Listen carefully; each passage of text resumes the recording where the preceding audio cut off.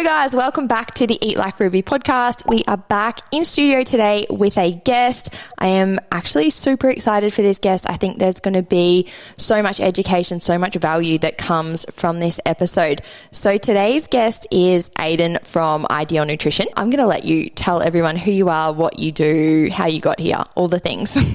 So I am a dietitian. I view myself as 50-50 content creator / dietitian. So I actually looked at this just before for other reasons, but I have 68 clients on my books. So I see people usually on a fortnightly-ish basis, some people a little bit less frequently.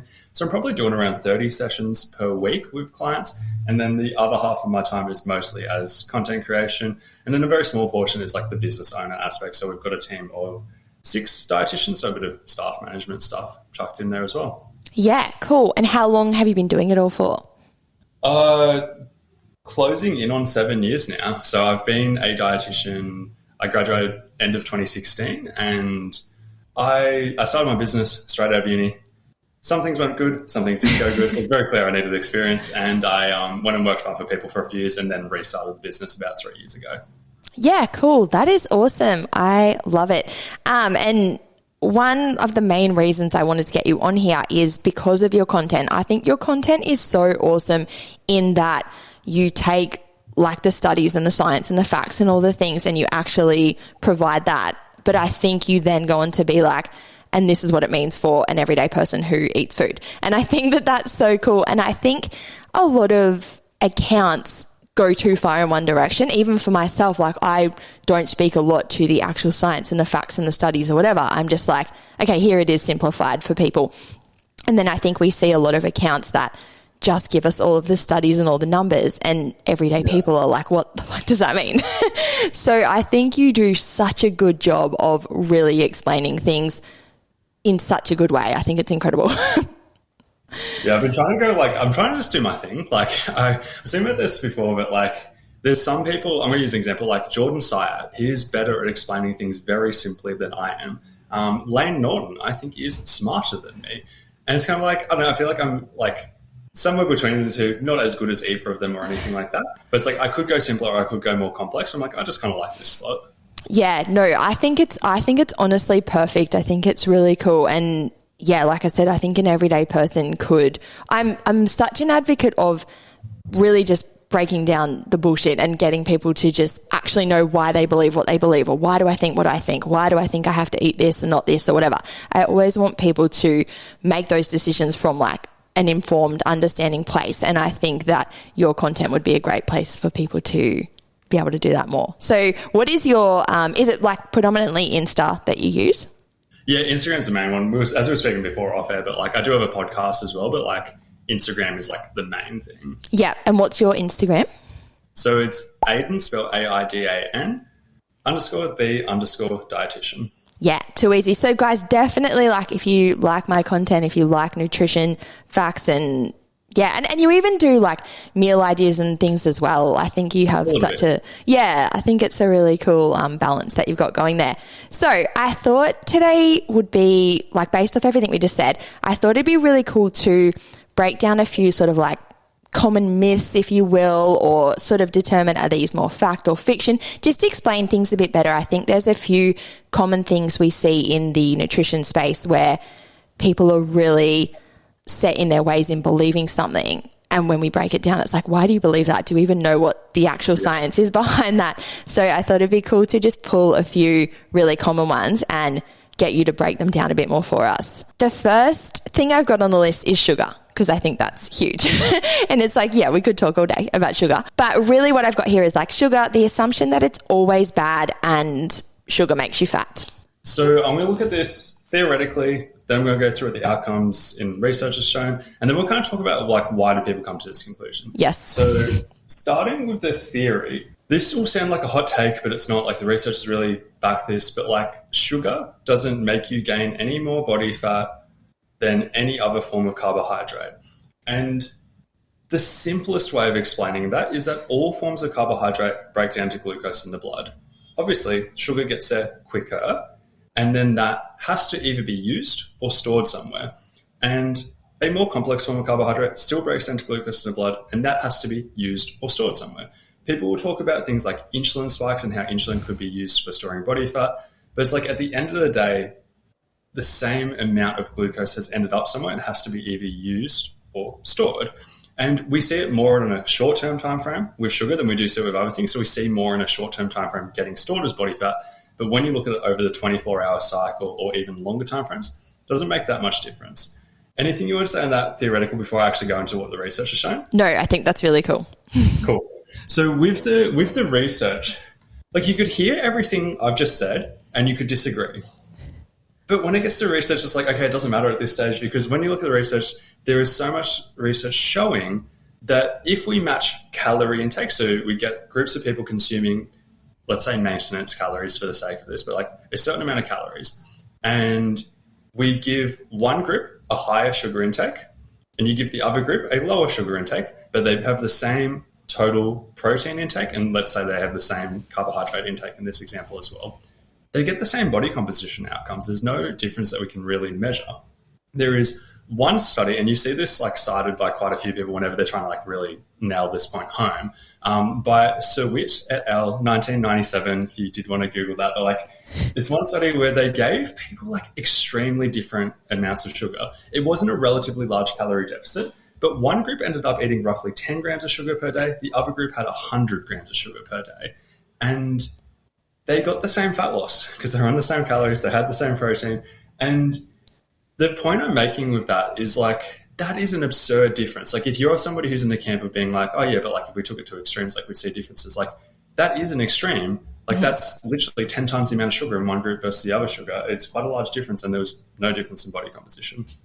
Yeah, that's wild. I think this is a big one, sugar, where people are just straight away like, sugar is bad. And I think the underlying thing there is sugar is bad, aka it makes you fat. So I think it's so cool to actually see that broken down in how like total calories is the factor there. Yeah. And like you said, that is extreme, like 100 v 10. That's crazy. Yeah. Yeah. So like, let's take that next step further and be like, okay, why would people come to this conclusion? Because like, a lot of what I just said, it's like a lot of people would listen to that and be like, well, if that is true, how is that not necessarily common knowledge? Or they could interpret it being like, is Aidan encouraging sugar? Obviously, I'm not. Like, I'm just saying, there's not the research shown on body composition. But like, how do people come to this conclusion? Quite simply, it's because if people eat more sugar, specifically added sugar, if people have higher intakes of sugar, they're usually going to be eating more total calories for a few reasons. One is the satiety side of things. Like if one version of you drank water and the other version drank, let's use Powerade as an example, that had like 34 grams of sugar. They're probably both similarly satiating, but one will come alongside more calories, obviously. Mm-hmm. If somebody had an added sugar yogurt versus a no added sugar yogurt, they both fill you up similar amounts, but one has more calories. And then the other thing is the palatability of food, as in how nice does it taste? Food tastes nice if we add sugar to it, so we want to eat more of it, basically. Yeah, for sure. And often, like, not to get too off topic, but often a lot of things we see that are high sugar are also high fat and high calorie. And then, like you said, we take them in high quantities. So if someone's, if we're looking at a piece of mud cake, it's like, it's not just the sugar that's making up the calories in that cake. And also you could easily eat a few pieces of mud cake as opposed to, a few apples, like big difference. Yeah, 100%. Yeah, that's really interesting. I think that's so cool. Any further sugar comments before we move on? I think I'll touch on that thing that you just touched on, like the sugar fat combo. I often like downplay any animal research or anything like that, but I like to tell this story because I think it's like people remember stories, right? And there's a group of researchers who apparently they were doing rodent research, right? And they were trying to intentionally make rodents gain weight. So the first thing they did is they tried to get them to eat more of their regular food, and they gained weight slowly. So then they're like, okay, let's make their feed high fat. And they gained weight slowly but quicker than the other version. Mm-hmm. They tried to make it just high sugar and similar outcome to the high fat.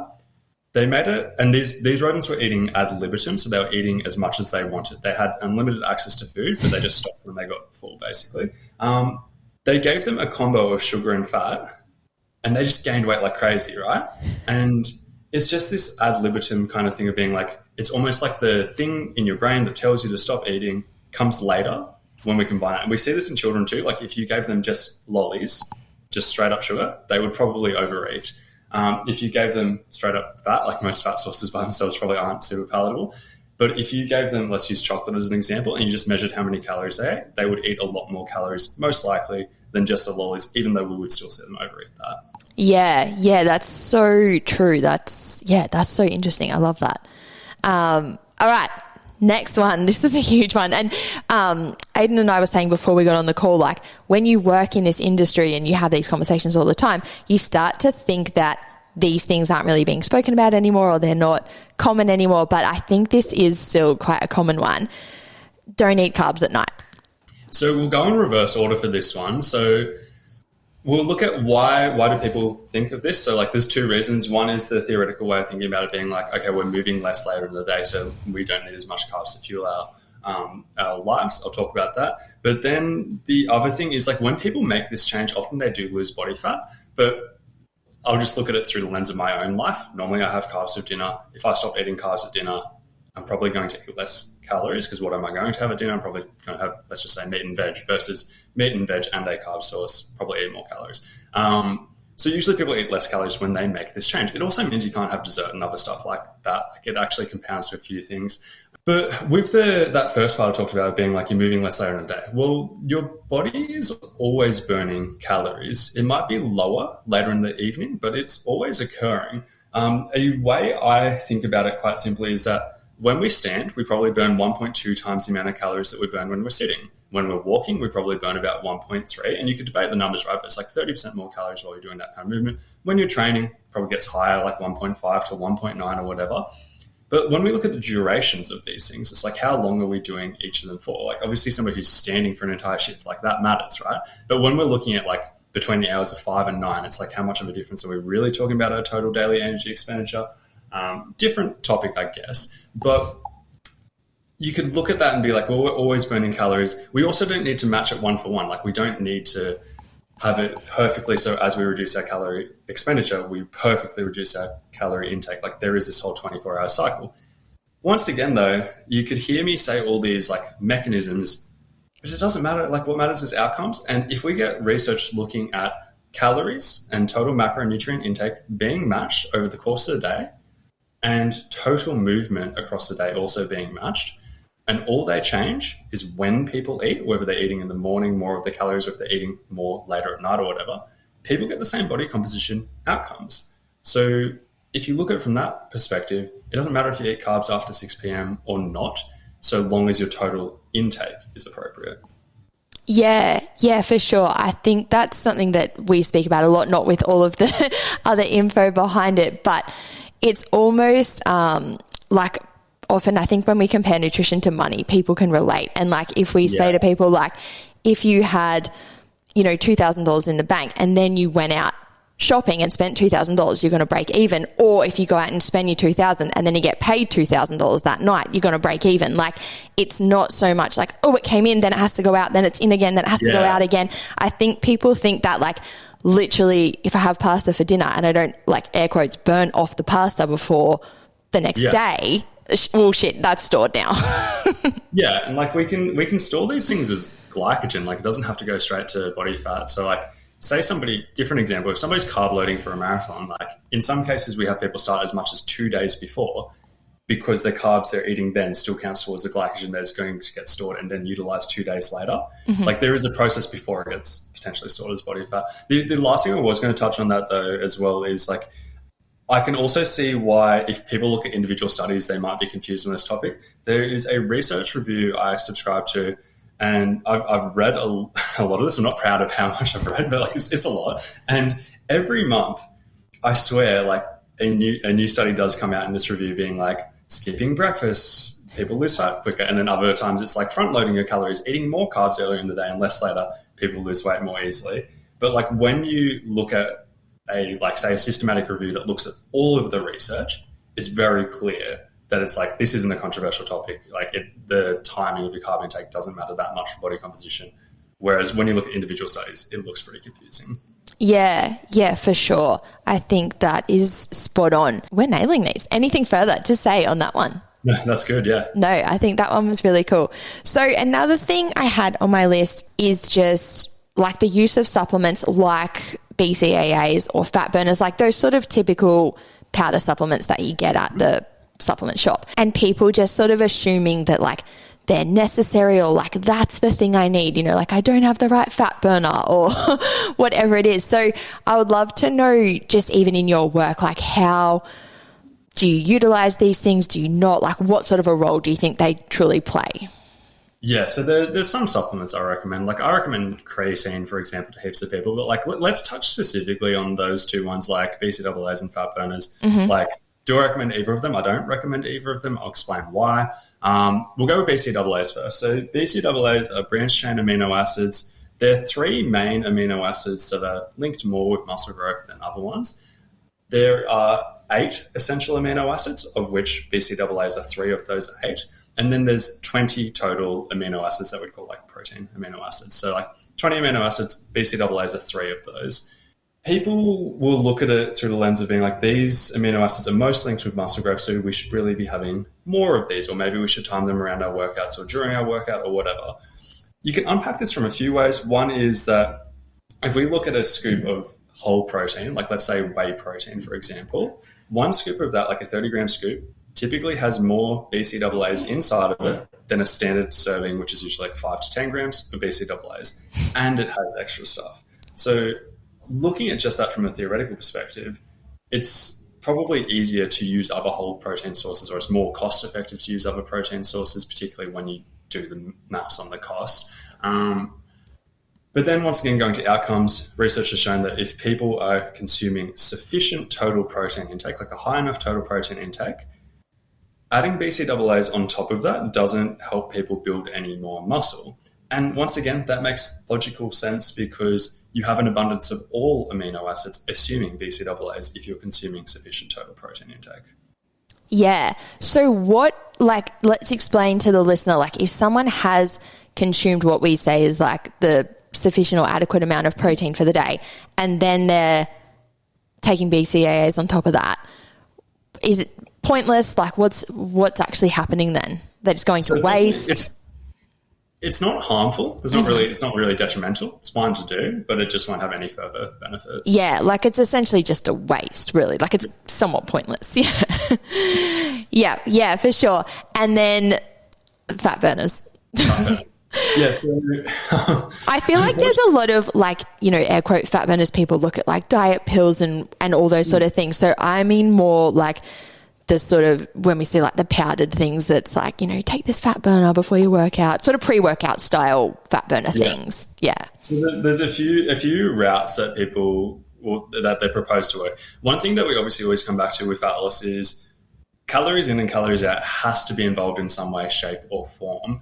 If something's not affecting either side of that equation, it's hard to say it's going to be affecting fat loss. This is probably getting too complex, but like there's certain supplements that are proposed to help increase fat oxidation, which is what we would call fat burning. But even that doesn't really matter that much because it doesn't translate to fat loss in a lot of cases. Very complex topic, but it's because the body's made up of glycogen, fat, muscle. And even if we had anything that increased fat oxidation without affecting our total calorie balance, if that worked really well, it would get to the point that we either would be building muscle like crazy, which we obviously don't see, or we'd be storing more glycogen than we can store. There's a limit on the amount of muscle we can grow and the amount of glycogen that we can store. So it's like we can't really hack the system just by using fat oxidation, but that's a different topic. So like if we look at the calorie side of things, and then we'll come back to like research, but if we look at the calorie side of things, then is it increasing calorie expenditure or is it decreasing calorie intake? Fat burners can do a little bit of both, but not that much. They have in some cases, if it's like caffeine containing, which a lot of these would be like, I don't want to name names, actually I was going to name a name, but like some of the pre-workout ones would often contain quite a bit of caffeine, which could have a bit of an appetite suppressing effect, not a massive amount, but a little bit. And they might increase energy expenditure, for example, even using caffeine as an example, that can often increase energy expenditure by somewhere about like 1 to 3% across the day. There's a lot of proposed mechanisms for that, but like even a little one is the fact that if you have caffeine, you're a bit hyper, you might move around a little bit more. Yeah. That could explain a 1 to 3% improvement in total daily energy expenditure. Yeah, for sure. But then when we really piece all that together and think about it, like we said, 1% increase in your expenditure. And if a person is not considering their calories in versus calories out, and they're like, oh, but this fat burner, like that's where I think a lot of people go wrong because they're not considering the calories in, calories out, which can be a massive percentage of your day, versus chasing something that's like a 1%er. Yeah, and it's even a 1%er just through the lens of like it can change either side of that equation. But it's like if you did the exact same thing, like say you did consume the exact amount of calories you wanted to and you did the exact amount of movement, etc., that you wanted to, it won't increase fat loss anymore. Like it's the equivalent of just like eating slightly less, basically. Yeah. It's funny how people are like, no, I won't eat less, I'll get a fat burner. Did you have more on that?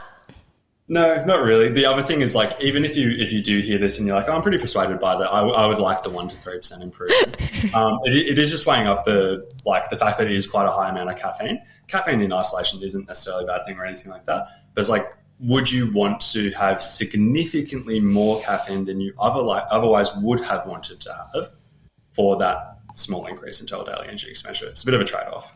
Yeah, so true. And even when it's such a rabbit hole and it could literally just be never ending. But even when we look at things like that, and it's like, if you are pumping caffeine and then your sleep is quite shitty, then it's like, if you were getting more sleep, would you have more energy, and then you would move more the next day? So then you would move more without the caffeine. Making some nutrition easier as well. Yeah, exactly. So there's so many things where you've got to look at like the domino effect of, maybe it helps in that 1%, but then it actually messes with 10% of my sleep and my appetite the next day. Yeah, so there's so many things. Again, I don't know if people are still saying this. I feel like I used to hear this a long time ago. I'm not eating enough to lose weight. And I think people call that like, I'm in starvation mode, air quotes, like my metabolism has slowed down. Do you see this often? What are your thoughts on this? I see this heaps. This is like, out of all of these, I'm like, this is the one that definitely still exists. Like a lot of people talking about it. It comes from a grain of truth. So like I don't know if you've put out any content about this, but like metabolic adaptation, have you ever posted about it or anything? Not a lot, nah. Yeah.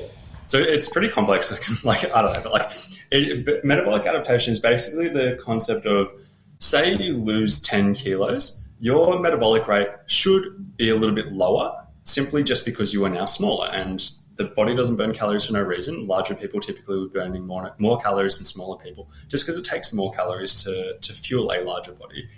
That's not a hot take. That's super simple. But metabolic adaptation is the concept of, typically the body down-regulates a bit more. Their metabolic rate and total daily energy expenditure decreases a little bit more than you would expect based on a formula. And this is because the body is responding to the calorie deficit. It is adapting in a way. Some processes down-regulate using certain examples. Heart rate might decrease a little bit. Core body temperature might decrease a little bit. Sometimes digestion slows a little bit. We see this on a more extreme case in bodybuilding contestants and stuff like that, who are getting super lean, or people who have been in deficits for really long periods of time.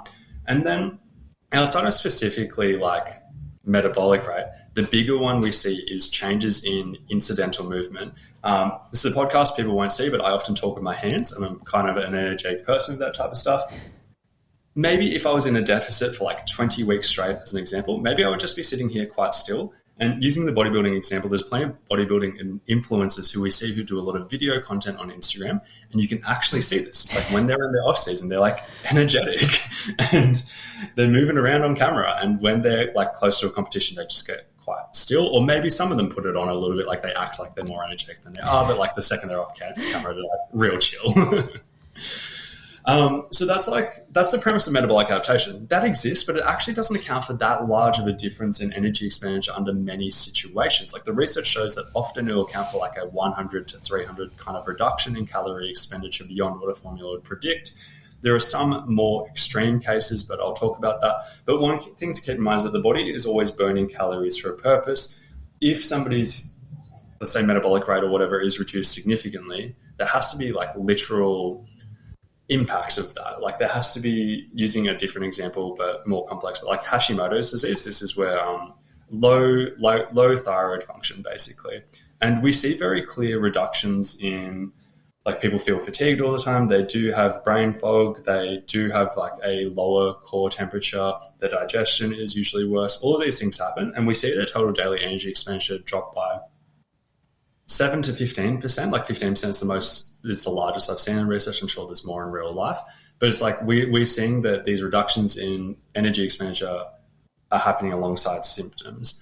But that's just a bit of background. Like coming to the actual like starvation mode thing. The first thing I would put out here that is something that can't really be argued with is that never in research have we seen when people are given low calories in a controlled study that people don't lose weight like crazy. Every single time. There's not an outlier. There are people who are outliers in that like they don't respond as well as other people, but every single person loses weight. This is a harsher example, but starvation camps, like in historical context, every time there are starvation camps, like everybody does lose weight. I hate talking about it, but it's like I do want to start. I like starting with that stuff, even though it sucks, just to be like, it's less confusing when we look at it from that perspective. Yeah, for sure. Because if you think about any person experiencing like famine, they're not gaining weight. No. Like they're actually not. No. There's a saying I saw somebody say that was like, if starvation mode existed, people wouldn't starve. Because if we could have the ability to be on, say, 800 calories per day and not losing weight, starvation wouldn't exist. Yeah, that's actually so true. Yeah, so like when we do think about it for long enough, it does become quite clear. But let's use some other examples. Why did this become popularized? One of the biggest reasons that popularized it in recent history was the Biggest Loser study. So there was a study where they got people, they measured their metabolic rate prior to entering The Biggest Loser. I believe it was the first season of the American version of the show.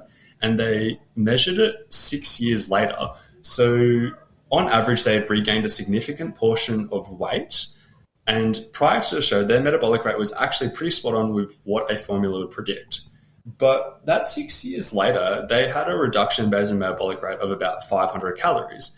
And a lot of people jumped on this and were like, oh, see, like yo-yo dieting destroys your metabolic rate and stuff like that.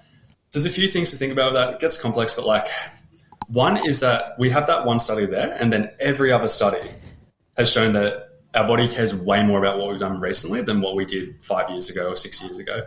Like usually when we look at metabolic adaptation, when somebody's been at maintenance calories for 4 weeks, we can barely even measure metabolic adaptation. It's almost non-existent after some time at maintenance calories. If you go into a surplus, it goes the other way. It reverses. That's why we call it adaptation rather than damage. It can go both ways.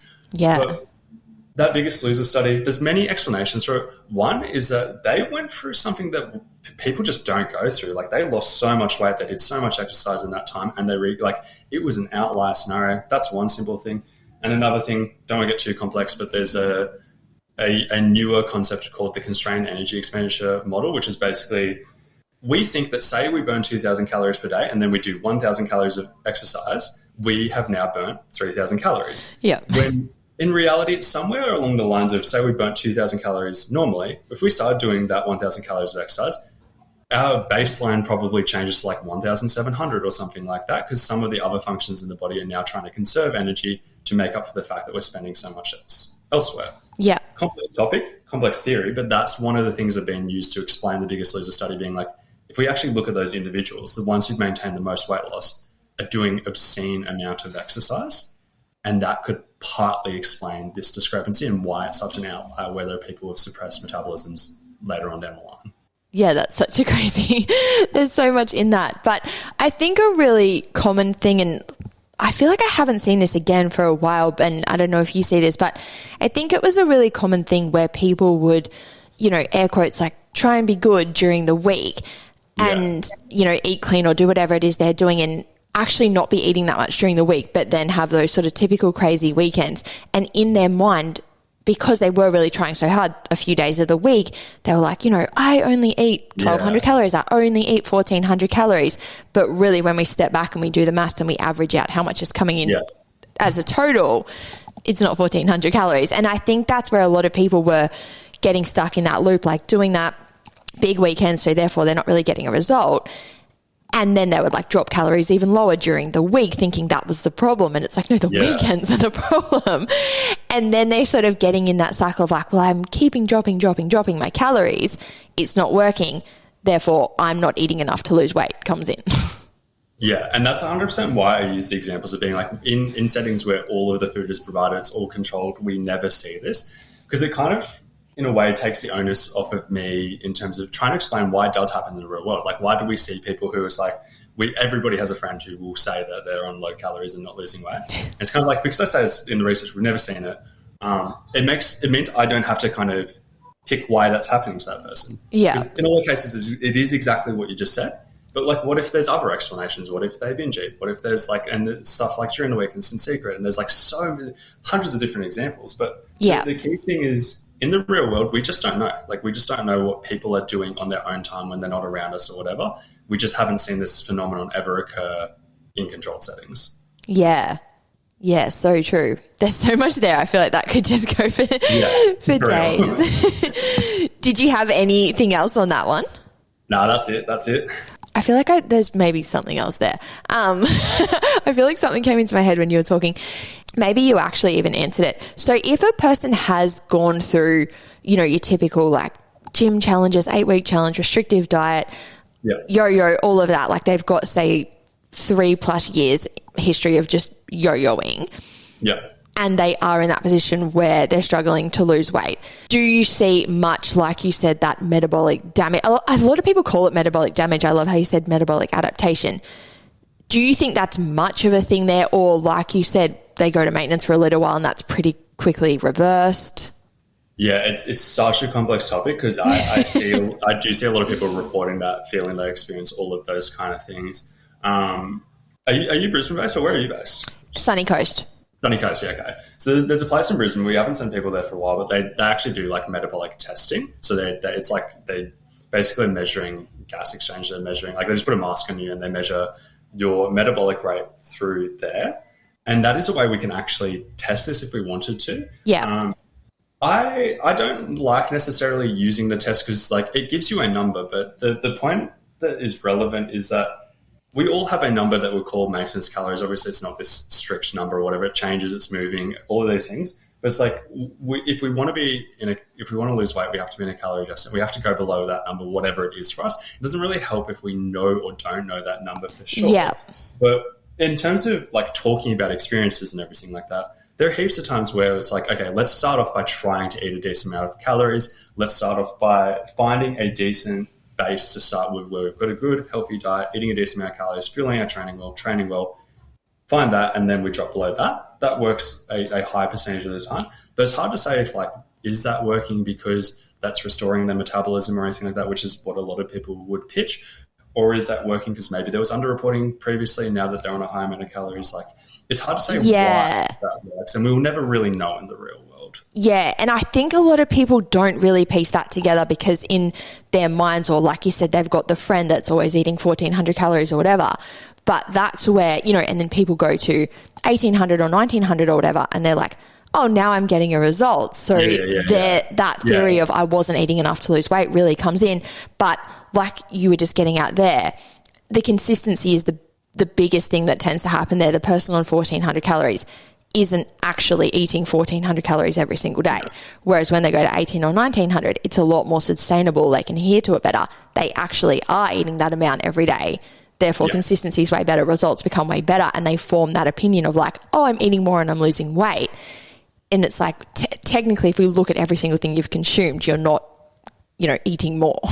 Yeah. If you Google reverse dieting, one of the top articles that comes up from bodybuilding.com is largely talking about a case study of somebody who was on low calories. They increased their calorie intake over time and they got leaner in the process. But like literally in the article, like they're talking about how this person has a history of binge eating, was binge eating at the start and was on like 1,400 calories or something like that. But it's like, well, they weren't on 1,400. They said, like, they even said in the article they weren't.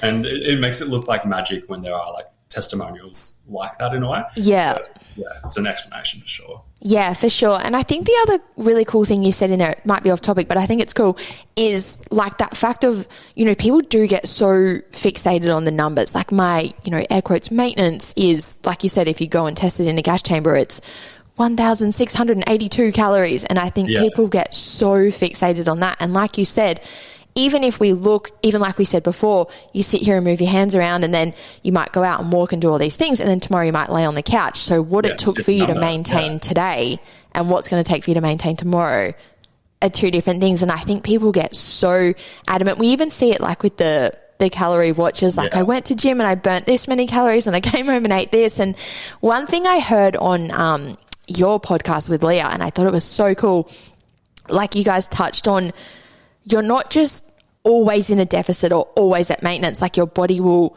be going through those things at different times. And it's like overall, we're trying to obviously sit in one spot for majority of the time when we've got a goal. But I think people get really fixated on that. Does that make sense? Yeah.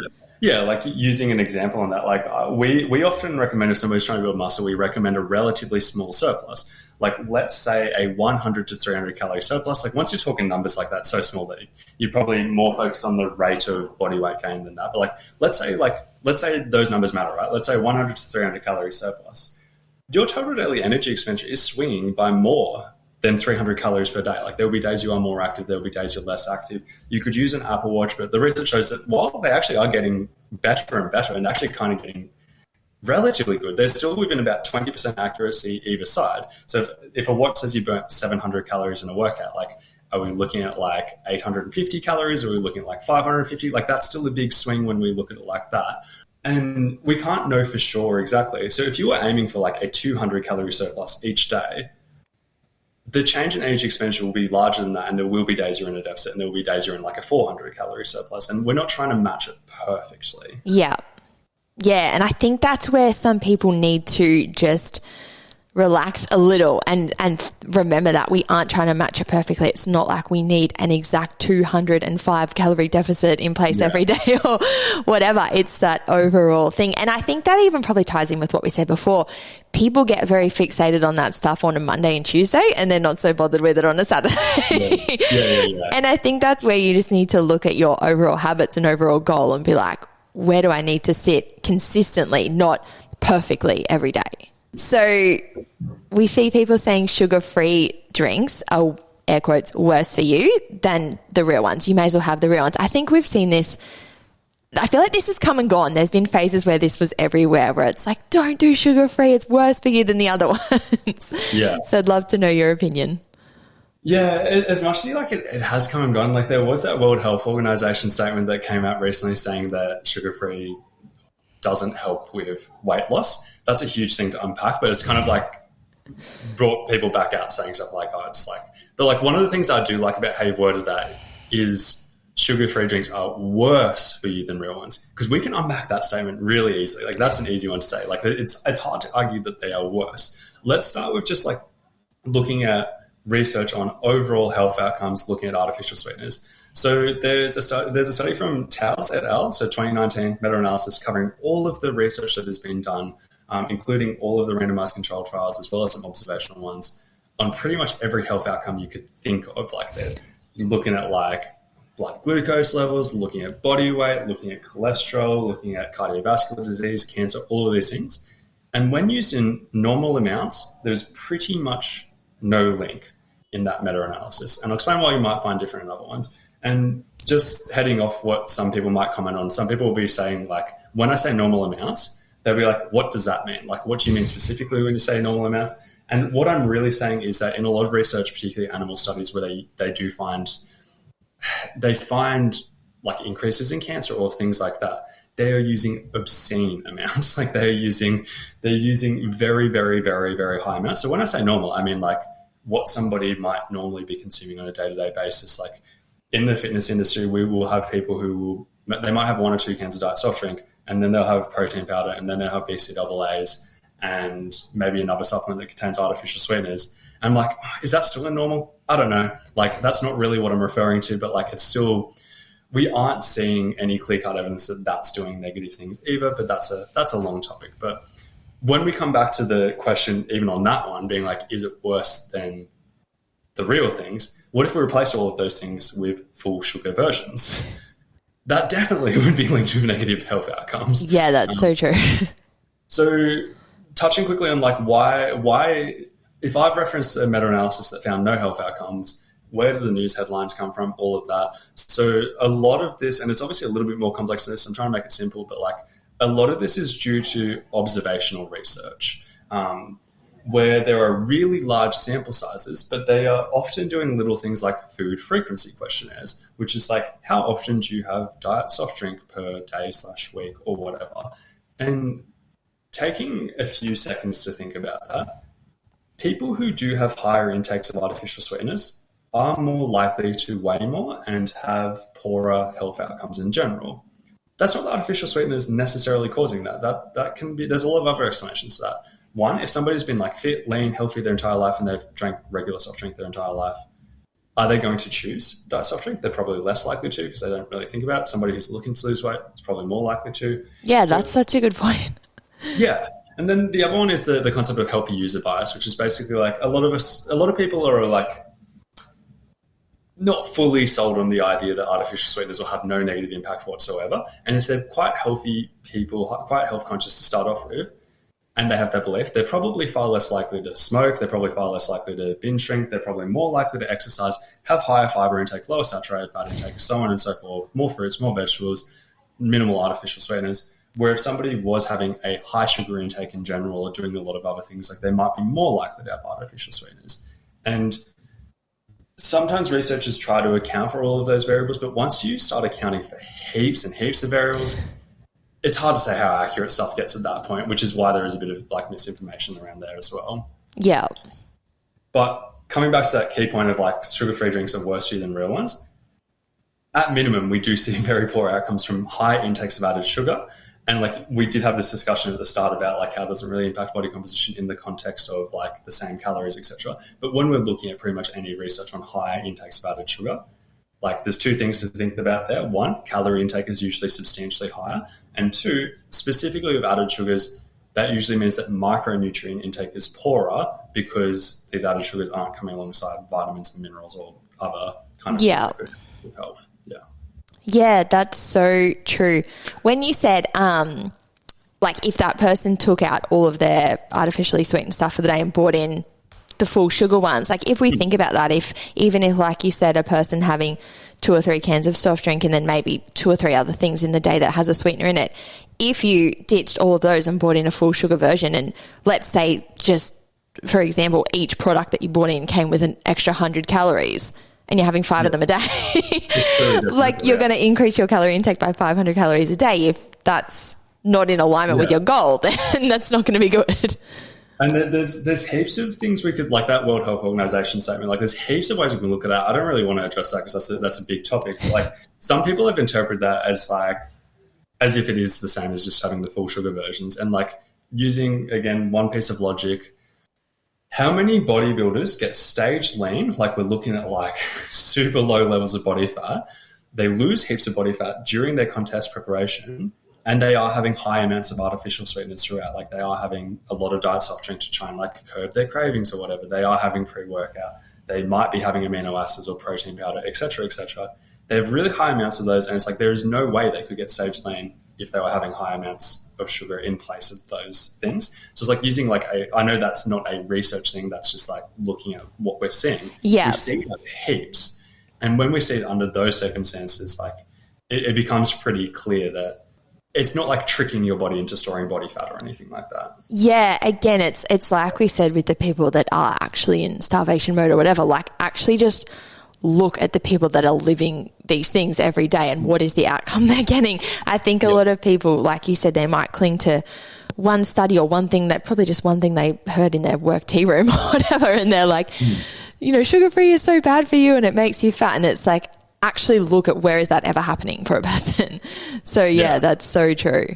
And like sometimes I think with this, like once again, we're in this world which is seeing this all the time. Like sometimes I'm like, oh, do I have a bias? Like, am I missing something? But like, I remember when I was a kid, somebody said to me that artificial sweeteners were worse than the full sugar thing.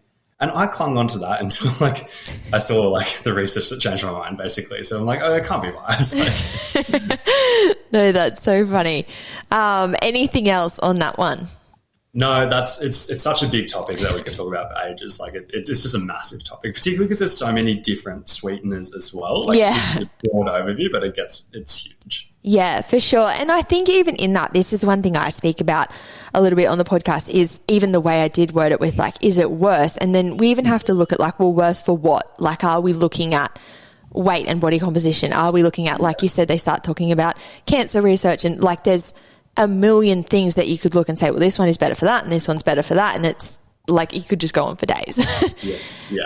And I think everything is like that, even when like I've sort of said it loosely on the podcast before, but even when we look at like the sugar question and it's like, well, you know, what's a good amount of sugar for a person running a marathon today is going to be different for a person sitting on the couch. So we can't, this is you know, what I love about your content and what I try and get across to my girls and stuff is like, we can't just sit there and go, this is good, this is bad, this is right, this is wrong. And I think that that's what people do when they don't have the education and understanding. Like, I always want people to be informed enough to truly understand it and then be like, okay, so what is actually right for me and what is, you know, air quotes, good for me, and actually be able to make those informed decisions instead of just black and white. Yeah, 100%. Yeah, for sure. Do you have any final notes for the listeners? Anything you want to say? No, I actually don't. Hey, yeah, I think that covers a lot of stuff. I know. That is good for everybody though. No, that's cool. But I think everybody definitely check out your account for sure, like your Instagram account, because even as you were rattling off some of these things, I was like, yeah, I've seen you do posts on that. Yeah. And I think you do like the really good carousel posts where it's just like, okay, then this happened and then this happened and then we want to think about this and then we want to think about this. And I think that's even such a good way to just, you know, in a few slides, get across that message to people of like, okay, look at all these factors before you make your decisions. Yeah. Something that I remember early in my nutrition career, there's a few people who like, every time I was like, I want to know what, like, are artificial sweeteners bad? I would Google artificial sweeteners and then that person's like name. Like, oh, that's so good. And like oftentimes they'd done content on that. And I'm like, I'm working towards getting to that point. It's like, you just Google my name and like there'll be something I've said on it ideally. That's awesome. I actually love that idea. That's so cool. Yeah, so for the listener, guys, definitely check out Aidan's Instagram. What did you say? It's just Aidan _ Yeah, so Aidan the dietitian with underscores in there. Yeah, cool. And what is your podcast called? The Ideal Nutrition Podcast. Yeah, cool. I like your podcast as well because I think like often you guys do quite like short, sharp, effective episodes. Mine are like the lengthy chats, but I think yours are cool because you just pick a topic and it's just like 15 or 20 minutes, like boom, here's all the info. Yeah, that's the goal. I think everyone loves to talk, myself included. And like I always try to get it done in under 10 minutes, which means it'll take 20 minutes. And it's like, that's how I've set it. So it's short, sharp. Like there was a marketing podcast I was listening to that they did like 5-minute episodes and they just like recorded every day. And I learned so much from them because like it can't be inefficient because you either learn something or you don't. Yeah. And if it's only 5 minutes, like you haven't wasted time, you haven't learned anything. So like that's where I got inspired from. And obviously I just talk too much and it goes. No, I think it's really cool. I think that's even a cool place for people to kind of flick through and be able to just see the topic and be like, well, now I'm going to get 15 minutes of juice on this topic. So I think that's so cool. But thank you. Thank you so much for having me. Thank you so much for being here. Thank you guys so much for listening. We will be back next week with another episode.